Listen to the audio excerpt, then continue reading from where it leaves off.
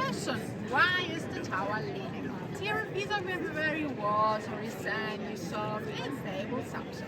Because here in Pisa we have the river Arno. It's the same river that you can see in Florence. And then the tower is only 58 meters high, but weighs over 14,000 tons because it's completely made in stone.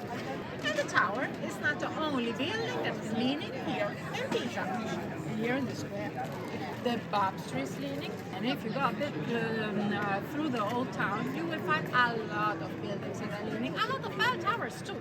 We have one tiny bell tower that is more linear than this one. Because of course the subsoil is not only here, but all around the city.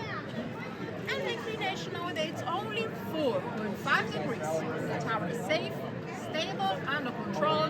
You can go on the top without fear. But in the 80s, the inclination was 7 degrees, and this was a very dangerous situation.